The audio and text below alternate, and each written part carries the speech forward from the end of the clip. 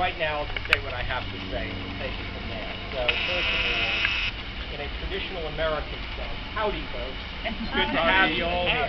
Okay? We're here today to celebrate several things. First of all, we're celebrating a partnership of souls. Two folks who met when they were quite young and stayed together for their entire lives. Toshi Seeger passed away 11 days short of her 70th wedding anniversary. Without Toshi, there wouldn't have been a Pete doing what he did. Without a Pete, Martin Luther King might never have sung "We Shall Overcome." And millions of Americans might never have truly appreciated what the song "Amazing Grace" is really all about. Pete and Toshi had an amazing partnership. There's a great anecdote that sums some of it up. Pete founded a great folk magazine called Sing Out, and someone was trying to revive it. Pete promised him some money from a fee he was expecting. A tea company was paying him $2,000 for the right to use "If I Had a Hammer" in an advert or commercial, as we say stateside. When Toshi and Pete's manager, Harold Leventhal, appeared at the guy's office, the following dialogue took place, as recounted by David King Dunaway in his great biography of Pete, How Can I Keep From Singing? "So where do you think you're getting the money to print this thing and mail it out?" Toshi asked. "Well," Pete said, he had some money coming in from a tea commercial," Mark answered, somewhat confused. "Mark, I'm going to tell you something just once. If you want to talk to Pete about songs or music, that's all good. But if you're talking to him about money, you have to talk to either me or Howard. I've been living with this guy for 35 years, and he's yet to learn how to defrost the refrigerator." Pete sat next to her, looking down at the floor. I first heard Pete perform with Arlo Guthrie, son of the legendary American folk singer Woody Guthrie, as in "This Land Is Your Land," when I was a young boy. The songs and their lyrics resonated in my mind and stirred my heart. And from that day forward, I felt closer to my paternal grandfather, who was a coal miner of Ukrainian descent in Scranton, Pennsylvania. He died at a young age, in large part because of how the mining company treated its workers. So from that day, I first heard Pete. The injustices inherent in capitalism and wealth inequality began to really sink in. And from that day to this, have informed who I am as a person. In many ways, Pete was the man I wish I had been, and losing him this year was like losing a chamber in my heart. But we're also here to celebrate a man who rediscovered himself, and in so doing saved his soul.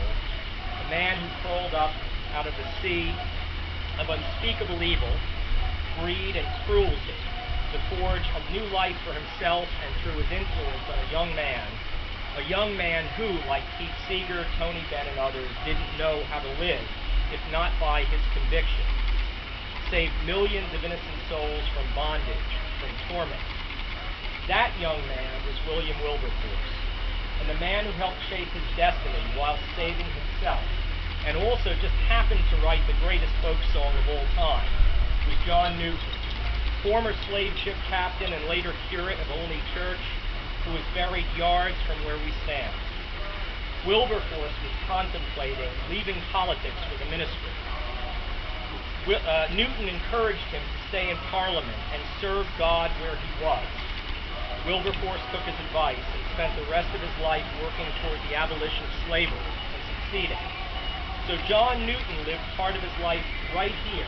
He preached at that church over yonder, and he wrote a song which came from the depths of his soul, a story of personal redemption and the power of music to shape lives. Amazing Grace, how sweet the sound, right here in Olney, a town largely known up to now for being the home of the original pancake mix. Well, that's going to change. I wrote to Pete several years ago, before his passing, about the fact that I lived near Olney, and talked about John Newton and Amazing Grace. I included a great quote from John. "I'm not what I ought to be. I am not what I want to be. I'm not what I hope to be in another world. But still I am not what I once used to be. by the grace of God, I am what I am. He wrote back and thanked me for my letter about, as he called it, the great song. There is no better place to remember Pete and his wonderful wife, Toshi, than here, for they stood up to injustice and fought for justice in every way that they could.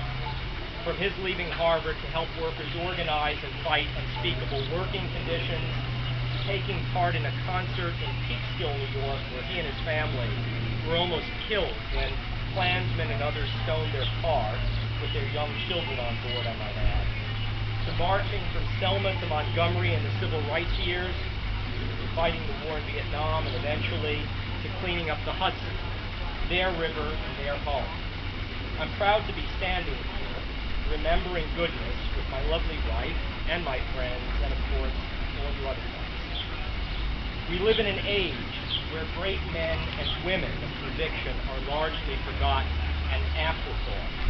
The corporatocracy and dominion celebrate the Richard Bransons and Arianna Huffington. We forget that it is men and women of conviction who have changed the world one soul at a time.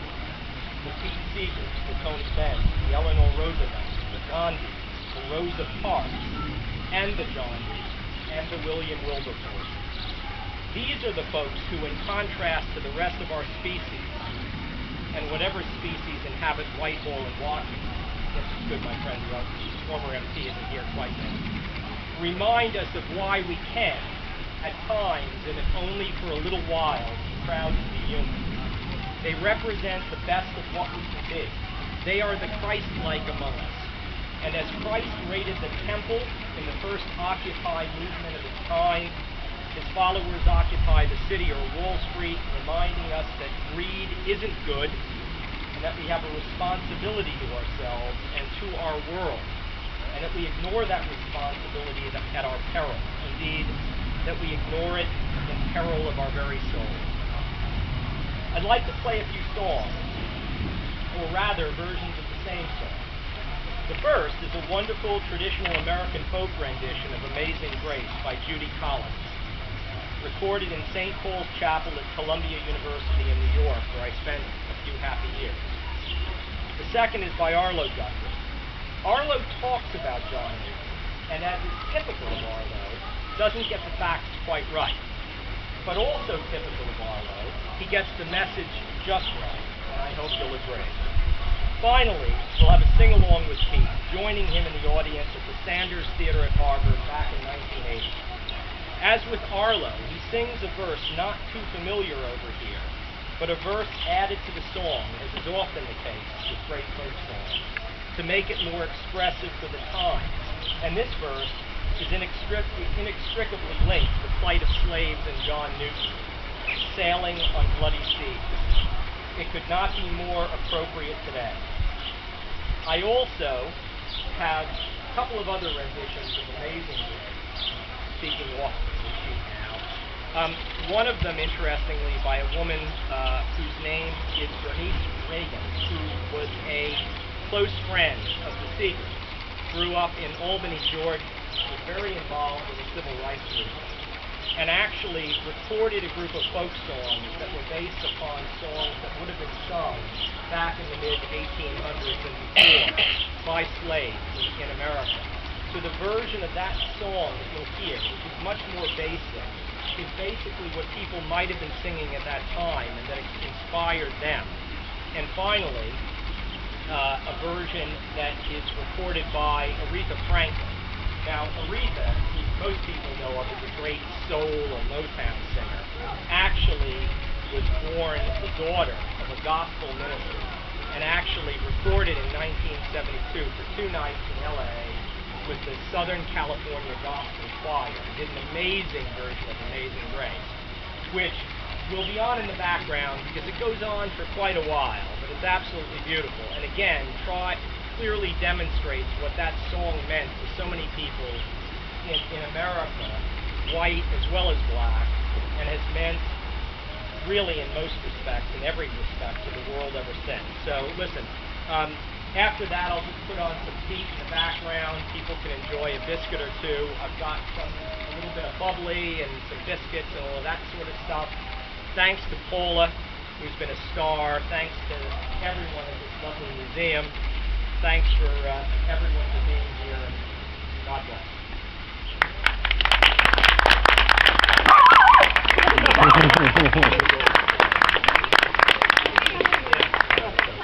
She got it. Yeah. Okay. Got it. While we're all together, can I just take this opportunity on behalf of the museum to thank you, John, for his very generous donation to our garden.